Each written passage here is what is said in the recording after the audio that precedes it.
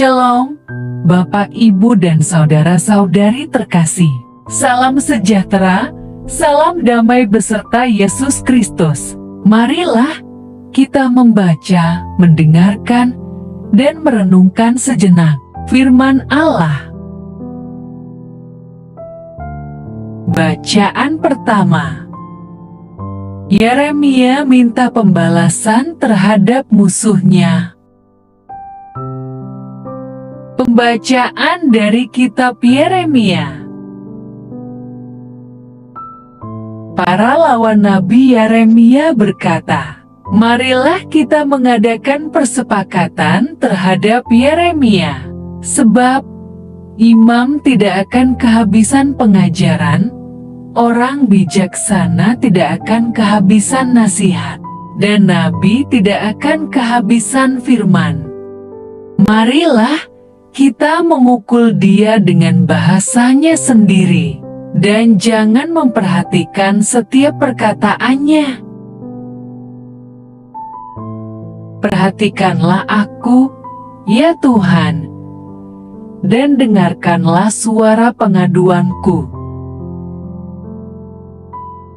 Akan dibalaskah kebaikan dengan kejahatan? Namun mereka telah menggali pelubang untuk aku. Ingatlah bahwa aku telah berdiri di hadapanmu dan telah berbicara membela mereka, supaya amarahmu disurutkan dari mereka." Demikianlah sabda Tuhan. Mazmur tanggapan. Selamatkanlah aku, ya Tuhan, oleh kasih setiamu. Engkau akan mengeluarkan aku dari jaring yang dipasang orang terhadap aku, sebab Engkaulah tempat perlindunganku. Ke dalam tangan-Mu lah kuserahkan nyawaku. Engkau membebaskan aku, ya Tuhan, Allah yang setia. Sebab aku mendengar banyak orang berbisik-bisik, ada kegentaran dari segala pihak. Mereka bersama-sama bermufakat mencelakakan aku. Mereka bermaksud mencabut nyawaku. Tetapi aku, kepadamu aku percaya, ya Tuhan. Aku berkata, Engkaulah Allahku. Masa hidupku ada dalam tangan-Mu. Lepaskanlah aku dari tangan musuh-musuhku dan orang-orang yang mengejar aku.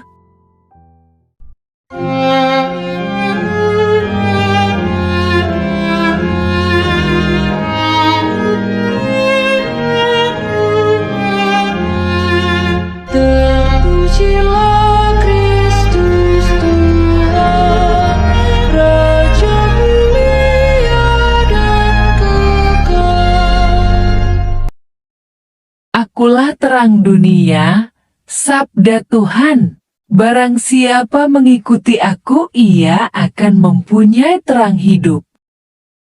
Terpujilah Kristus Tuhan, Raja mulia dan kekal. Tuhan bersamamu dan bersama rohmu. Inilah Injil suci menurut Matius. Ketika Yesus akan pergi ke Yerusalem, ia memanggil ke-12 murid-Nya tersendiri dan berkata kepada mereka di tengah jalan, "Sekarang kita pergi ke Yerusalem, dan Anak Manusia akan diserahkan kepada imam-imam kepala dan ahli-ahli Taurat, dan mereka akan menjatuhi Dia hukuman mati. Dan mereka akan menyerahkan Dia kepada bangsa-bangsa yang tidak mengenal Allah, supaya Ia diolok-olokkan, disesah dan disalibkan, dan pada hari ketiga Ia akan dibangkitkan." Maka datanglah ibu anak-anak Zebedeus serta anak-anaknya itu kepada Yesus, lalu sujud di hadapannya untuk meminta sesuatu kepadanya. Kata Yesus, "Apa yang kau kehendaki?" Jawabnya, "Berilah perintah, supaya kedua anakku ini boleh duduk kelak di dalam kerajaan-Mu, yang seorang di sebelah kanan-Mu dan yang seorang lagi di sebelah kiri-Mu." Tetapi Yesus menjawab, katanya, "Kamu tidak tahu apa yang kamu minta. Dapatkah kamu meminum cawan yang harus kuminum?" Kata mereka kepadanya, "Kami dapat."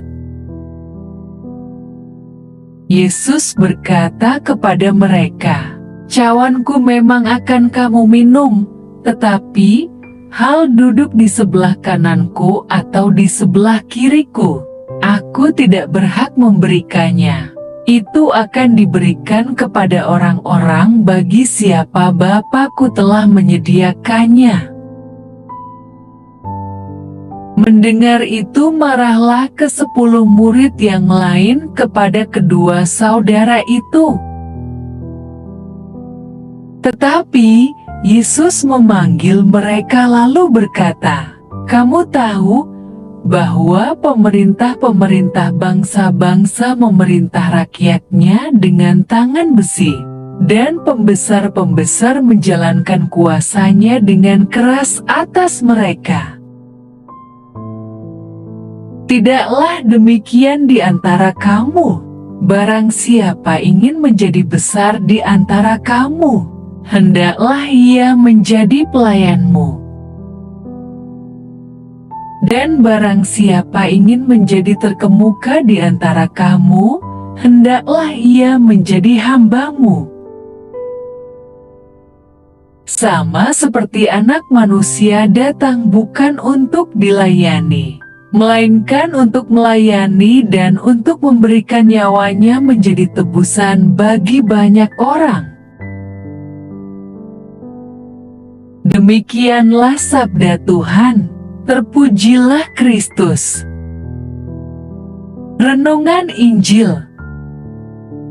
Bapak, Ibu, dan saudara-saudari terkasih, bacaan hari ini mengajak kita untuk memeriksa ulang, apakah seluruh perilaku yang kita lakukan adalah perbuatan baik, ataukah justru memaksa orang lain menerima akibat perbuatan kita, berkorban atau mengorbankan orang lain?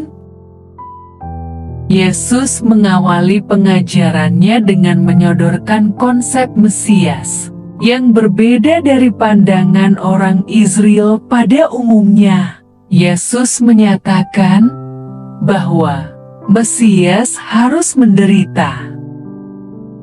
Pernyataan ini berbeda dari gambaran umum tentang Mesias yang mulia, hebat, dihormati, ditinggikan, dan akan menjadi raja dunia. Itulah yang terlihat dari ibu anak-anak Zebedeus yang meminta agar Yesus memberikan tempat bagi anak-anaknya di kanan dan kiri Yesus ketika Yesus menjadi raja kelak. Yesus mengubah dan meruntuhkan pemahaman para pengikutnya. Mesias datang untuk melayani, bukan untuk dilayani. Ia datang bagi orang lain, umat manusia. Ia mengorbankan dirinya, memberikan hidupnya. Untuk menjadi orang besar, maka pengikut Yesus harus menjadi pelayan dan menjadi hamba satu sama lain. Menjadi hamba berarti siap untuk selalu berkorban bagi kepentingan dan kebaikan orang banyak. Mengorbankan orang lain demi diri sendiri memang sangat mudah dilakukan. Sebaliknya, memberi diri bagi orang lain amat sulit.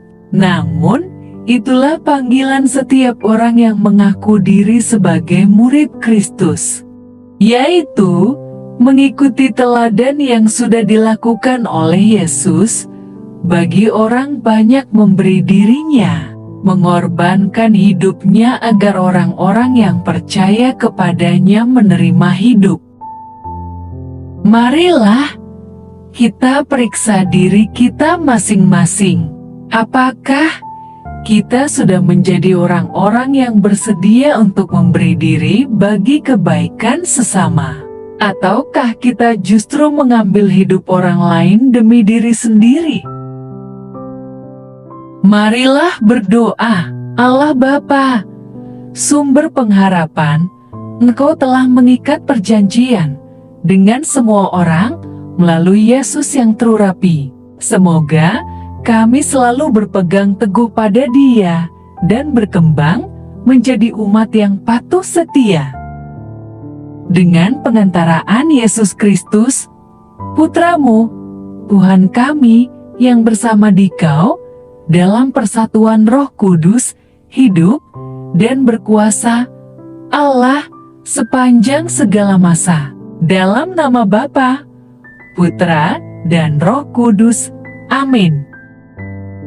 Terima kasih sudah mendengarkan dan merenungkan firman Allah.